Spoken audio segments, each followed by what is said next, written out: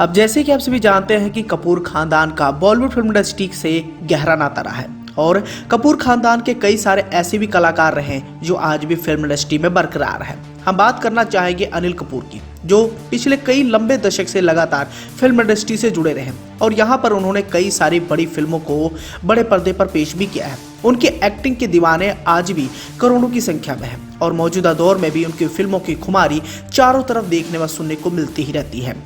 इनके अगर डेब्यू की बात करें तो 1971 में ही इन्होंने अपना पहला कदम इंडस्ट्री में रख लिया था। साल 1971 में आई फिल्म तू पायल में गीत में इन्होंने यंग शशि कपूर का किरदार निभाया था, लेकिन बदकिस्मती की वजह से यह फिल्म बड़े पर्दे पर नहीं रिलीज हो पाई।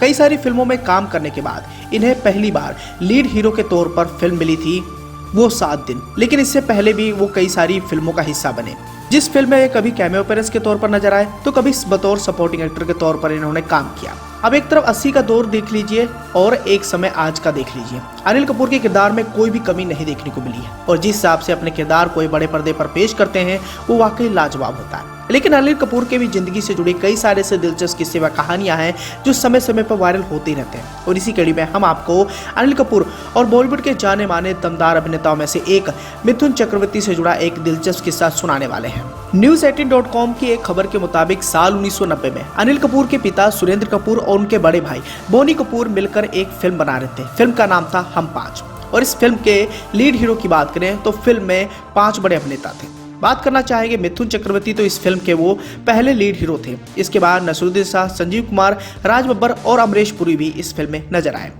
इस फिल्म में अनिल कपूर मिथुन का किरदार निभाना चाहते थे, लेकिन उनके पिता सुरेंद्र कपूर ने उन्हें यह रोल देने से मना कर दिया। दरअसल उस समय अनिल कपूर के पिता को एक हिट फिल्म की जरूरत थी, क्योंकि उस समय उन्हें फाइनेंशियली दिक्कतें आ रही थी और वो चाहते थे कि मैं एक बड़ी फिल्म का निर्माण करूं और फिल्म से जितनी भी कमाई हो उससे मैं अपनी जरूरतों को पूरा कर सकूं। इस रिपोर्ट में इस बात की भी जानकारी दी गई कि सुरेंद्र कपूर ने अनिल कपूर को राज बब्बर वाला रोल ऑफर किया, लेकिन वो नहीं माने। इस पर उनके पिता सुरेंद्र कपूर ने उन्हें फिल्म का स्पॉट बॉय बना दिया।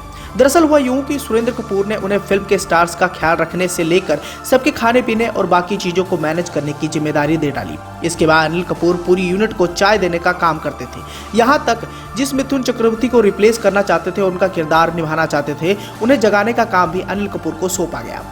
अब इसे अनिल कपूर की मेहनत कह लीजिए या फिर कुछ और, लेकिन आने वाले समय में उन्होंने कामयाबी हासिल कर ली।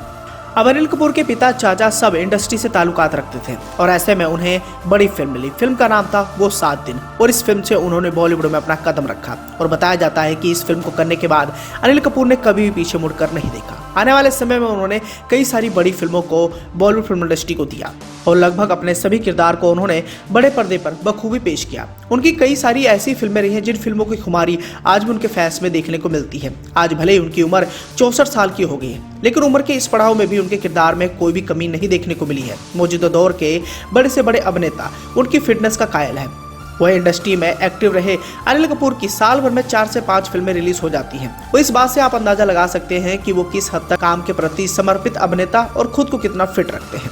इसी के साथ ही अगर उनके वर्क फ्रंट की तरफ नजर डालें तो फिलहाल वो जर्मनी में जाकर अपना इलाज करवा रहे हैं। पिछले 10 साल से उन्हें एक बीमारी है, जिस बीमारी का इलाज वो पिछले कई सालों से लगातार करवा रहे हैं और लगातार फिल्मों से भी जुड़े हैं। उनकी आखिरी फिल्म AK वर्सेस AK थी, जिसे 2020 में रिलीज किया गया था। इसके बाद वो अपने आने वाली फिल्म जुग जुग जियो को लेकर काफी ज्यादा चर्चाओं में, जिसे 2022 में रिलीज किया जाना है।